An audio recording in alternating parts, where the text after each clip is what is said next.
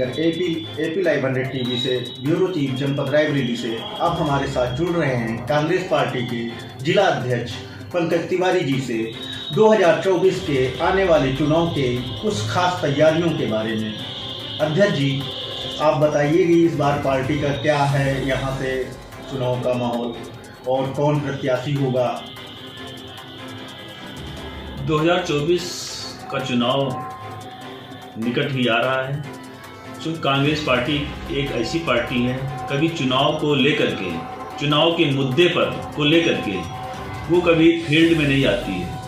Congress party हमेशा से महंगाई के खिलाफ, बेरोजगारी के खिलाफ, भ्रष्टाचार के खिलाफ, महिलाओं के अपमान के खिलाफ, उनके साथ अभद्र व्यवहार के खिलाफ, गैंग रेप के खिलाफ, किसानों के किसानों के जो समस्याएं हैं उनके खिलाफ कांग्रेस पार्टी हमेशा से मुद्दों पर चुनाव के मुद्दों पर ये फील्ड में रहती है।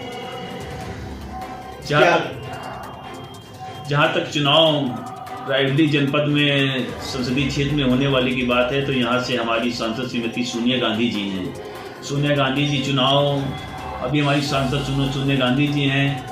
हम लोग चाहते हैं कि सोनिया गांधी जी यहाँ से चुनाव लड़ें और पूरी तरह हमें आशा है, पूरा विश्वास है कि सोनिया गांधी जी रायबरेली जनपद से चुनाव लड़ेंगी, क्योंकि रायबरेली के लोग उनको अपने परिवार का मेंबर मानते हैं। सोनिया गांधी जी को, आदरणीय राहुल गांधी जी को, श्रीमती प्रियंका गांधी जी को, तो निश्चित रूप से गांधी परिवार का जो भी चुनाव लड़ेगा या सोनिया गांधी जी चुनाव लड़ेंगी, भारी बहुमत से चुनाव जीतेंगी और विरोधी लोग, भारतीय जनता पार्टी के लोग जो भी रहेंगे, उनकी जमानत जब्त होगी रायबरेली जिले से। अध्यक्ष जी, सुनने में आ रहा है कि माननीय सोनिया गांधी सांसद जी की स्वास्थ्य गड़बड़ होने की वजह से यहाँ से कोई दूसरा कैंडिडेट लड़ सकता है क्या? नहीं, अभी तो हम लोगों को पूरा विश्वास है कि जो कि हमारी नेता हैं, हमारी जनप्रिय सांसद श्रीमती सोनिया गांधी जी हैं। लोग कहते हैं कि सोनिया गांधी जी ने जो भी विकास किया श्रीमती सोनिया गांधी जी के कार्यकाल में हुआ। आप देख रहे हैं कि रायबरेली में एम्स की स्थापना हुई, आदरणीय श्रीमती सोनिया गांधी जी के द्वारा हुई। रेल कोच कारखाना श्रीमती सोनिया गांधी जी के देन है। तमाम NH हाईवे सोनिया गांधी जी के देन है। निफ्ट वगैरह, नाइपर और ये जो हरचंदपुर में जो पिपरमेंट वाला जो किसानों की समस्याओं का, किसानों को के बढ़ाने के लिए, उनकी आय बढ़ाने के लिए सोनिया गांधी जी की देन है। रिंग रोड सोनिया गांधी जी की देन है। तो सोनिया गांधी जी हमेशा से गरीबों की मदद करती हैं और वो चाहती है कि रायबरेली जनपद का विकास हो। इसलिए रायबरेली वाले पूरी तरह से उत्साहित हैं कि रायबरेली जनपद से श्रीमती सोनिया गांधी जी चुनाव लड़ेंगी और विरोधियों की जमानत जब्त होगी। क्या इस बार पार्टी का मेन मुद्दा होगा चुनाव में महंगाई, बेरोजगारी, शिक्षा, स्वास्थ्य? इस समय तो पूरे मुद्दे हैं यहाँ। हमारा युवा परेशान है, उसके पास डिग्री है, उसको नौकरी नहीं मिल पा रही है। युवा हमारा भटक रहा है, अपने परिवार का वो भरण पोषण नहीं कर पा रहा है। तमाम किसानों की समस्याएं हैं। जब समय आता है तो इतनी महंगाई है, इतना किसान हमारा परेशान है। हमारा जो अन्नदाता है, हमारा भगवान है, तो किसान सबसे ज़्यादा इसमें परेशान है। युवा सबसे ज़्यादा परेशान है महंगाई से, बेरोजगारी से। तो ये सब मुद्दे हैं। भ्रष्टाचार आप देख रहे हैं कि तमाम गैंग रेप हो रहे हैं, महिलाओं के प्रति कितने अनाचार, अत्याचार हो रहा है। तमाम हत्याएं, निर्दोषों की हत्या हो रही है। इस उत्तर प्रदेश की सरकार के द्वारा जो निर्दोष लोग हैं उनकी हत्याएं इनकाउंटर के नाम पर करा रहे हैं। अभी आपने देखा कि बनारस में विकास उपाध्याय जी की हत्या करा दी गई। क्यों करा दी गई? क्योंकि हमारे जो उत्तर प्रदेश के मुख्यमंत्री योगी आदित्यनाथ जी हैं, इनके वो विरोधी थे, इसलिए उनकी हत्या करा दी गई। विकास दुबे की हत्या करा दी गई।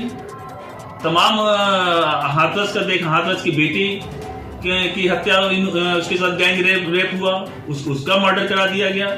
तो इस तरह के लोग, इस तरह जो है भारतीय जनता पार्टी से लोग त्रस्त हैं। निश्चित रूप से अब की बार भारतवर्ष में कांग्रेस की सरकार बनेगी।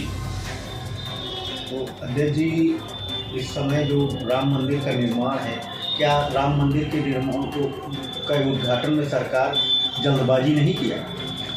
देखो, राम मंदिर का जो ये भारतीय जनता पार्टी एक चुनावी मुद्दा बना रहे हैं, तो हम तो नहीं लगता है, लोग जानते हैं कि ये हमारे जो देश के प्रधानमंत्री राजीव गांधी जी थे, उन्होंने उसका ताला खुलवाया। हम भी हिंदू हैं, हम लोग भी पूजा अर्चना करते हैं। क्या हम मोदी के कहने से पूजा अर्चना करेंगे? और मंदिर तो अभी अधूरा है। तमाम हमारे जो शंकराचार्य जी हैं वो उसका विरोध कर रहे हैं, लेकिन जो हमारे देश के प्रधानमंत्री नरेंद्र मोदी जी हैं उनसे नहीं मतलब है। वो केवल चुनावी मुद्दा तलाश रहे हैं। जिससे पिछली बार जो चुनाव हुआ था तो हमारे सैनिकों की हत्या उन्होंने करा दिया है। अब के बाद मंदिर के नाम पर चुनाव लड़ना चाहते हैं। तो ये कब तक चलेगा? लोग महंगाई से परेशान है, बेरोजगारी से परेशान है। जब आदमी के पास खाना नहीं रहेगा तो आगे कैसे अपना विकास कर पाएगा? तो ये कोई चुनावी मुद्दा नहीं मानना है। लोग गांव में रहते हैं और कहते हैं कि ये मोदी केवल अपने फायदे के लिए कर रहे हैं, अपने चुनावी एक मुद्दा बना रहे हैं। क्योंकि आदमी, गाँव का जो आदमी है वो केवल 5 किलो राशन से उसका पेट नहीं भरेगा। उसके साथ तेल चाहिए, नमक चाहिए, उसका बेटा पढ़ने जा रहा है, उसकी फीस चाहिए। तो ये सब कहाँ उसको मिल रहा है? तो ये कोई मुद्दा नहीं है। हम तो देख रहे हैं कि अब की बार देश में कांग्रेस पार्टी की सरकार बनेगी।